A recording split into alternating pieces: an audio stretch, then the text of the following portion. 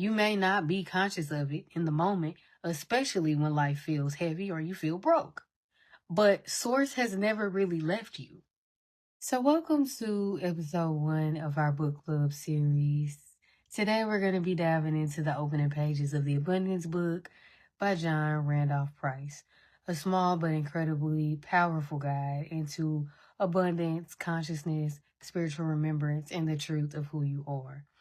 In this episode, we'll explore what real abundance actually is, why self-knowledge is the foundation of manifestation, and the spiritual meaning of poverty from the Gospel of Thomas. Also, how forgetting your essence creates scarcity. We'll also be tapping onto why sovereignty is remembering your origin. This is not manifestation from ego. This is returning to your inner source, a steady, quiet, and already enough space. If you're reading along with me, comment below what part of you is ready to remember. Subscribe for more guided meditation, sound healing, hypnotherapy, and sovereign spiritual teachings.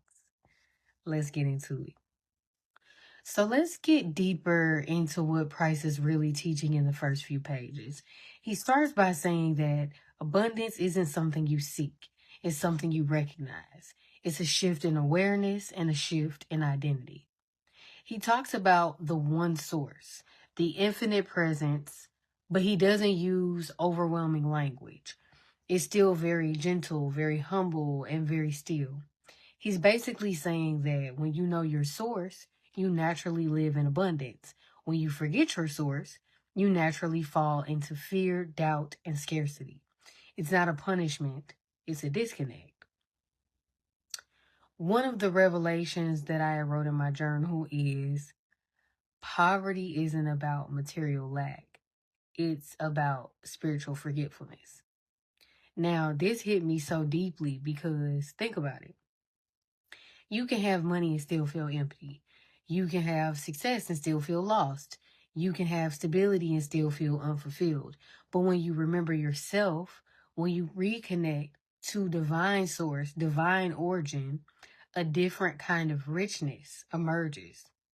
So when Jesus says, if you will not know yourselves, you will dwell in poverty.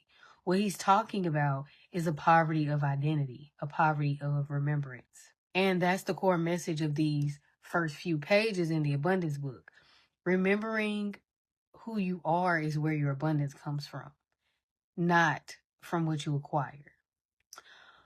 I also wrote something about awareness versus knowing, because you can be unaware of something and still know it.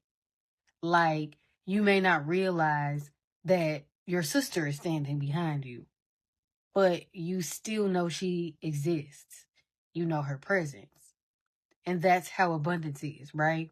You may not be conscious of it in the moment, especially when life feels heavy or you feel broke. But Source has never really left you.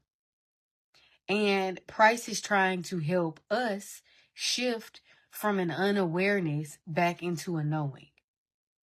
The book pushes you to see past the identities, the wounds, the labels, the trauma, and the illusions that you've carried to become whole, to become sovereign, and to become who God designed you to be.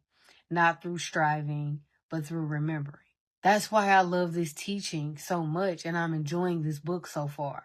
Because it's not about condemning, it's about illuminating. If you only take one thing away from today's episode, let it be this.